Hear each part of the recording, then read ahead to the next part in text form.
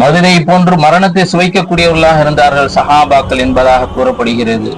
போர்க்களத்திலிருந்து சொர்க்கத்தின் வாசம் வருகிறது என்பதாக கூறி அந்த போர்க்களத்தில் விழுந்தார்கள். அல்லாஹ்வுடைய பாதையில் தியாகம் செய்யக்கூடிய அளவுக்கு அவருடைய ஆசையும் ஆர்வமும் உண்டானது. துஆ என்பது எவ்வாறு இருக்க வேண்டும், அந்த துஆவுடைய அடிப்படை என்ன, அல்லாஹ் தஆலாவுடைய பொருத்தத்தை அடைய வேண்டும் என்பது அதனுடைய நோக்கம் என்பது அப்துல்லாஹ் இப்னு ஜஹஷ் என்ற சஹாபி என்பவர்கள் நமக்கு கற்றுத் தந்திருக்கிறார்கள். இந்த உலகத்தில் மிகச்சிறந்த துஆவாகிறது அப்துல்லாஹ் இப்னு ஜஹஷ் ரலியல்லாஹு தஆலா அன்ஹு அவருடைய துஆவாக தான் இருக்கும். ஏனென்றால் அவருடைய துஆவாகிறது நாள் இரவு இரு சஹாபாக்கள், அதாவது சஅத் இப்னு அபி வக்காஸ் ரலியல்லாஹு தஆலா அன்ஹு அவர்களும் அப்துல்லாஹ் இப்னு ஜஹஷ் ரலியல்லாஹு தஆலா அன்ஹு அவர்களும் இருவரும் கூறுகிறார்கள், நான் துஆ செய்கிறேன், அதற்கு நீங்கள் ஆமீன் கூறுங்கள், அதேபோல் நீங்கள் துஆ செய்யும் பொழுது நான் ஆமீன் கூறுகிறேன் என்பதாக கூறி தன்னுடைய துஆவை சஅத் இப்னு அபி வக்காஸ் ரலியல்லாஹு தஆலா அன்ஹு அவர்கள்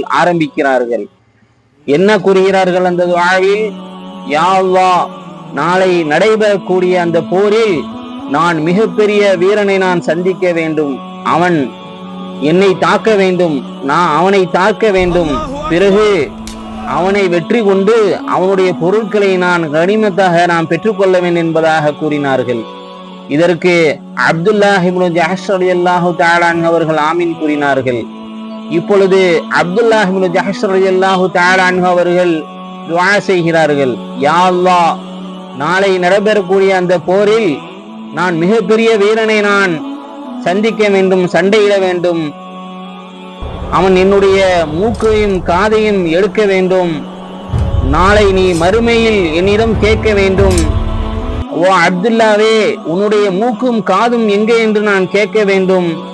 அப்பொழுது நான் கூற வேண்டும், யா அல்லாஹ், உன்னுடைய பொருத்தத்திற்காக வேண்டி, உனக்காக வேண்டி, உன்னுடைய பாதையிலே நான் இறைந்தேன் என்பதாக கூற வேண்டும் என்பதாக. ஆனால் இன்று நம்முடைய அமல்களும் பலகீனமாக இருக்கிறது, நம்முடைய துஆக்களும் பலகீனமாக இருக்கிறது, நம்முடைய ஈமானும் பலகீனமாக இருக்கிறது. கண்ணியமான நாம் யோசித்து பார்க்க வேண்டும்.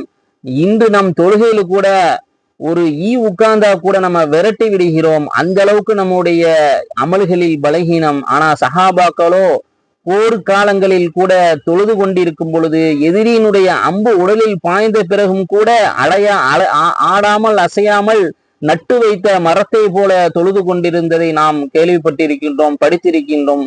ஆனால் இன்றோ நம்மளுடைய துஆக்கள் கூட துனியாவுடைய தேவையை கேட்டு கொண்டிருக்கின்றோமே தவிர மறுமைக்காக வேண்டி நாம்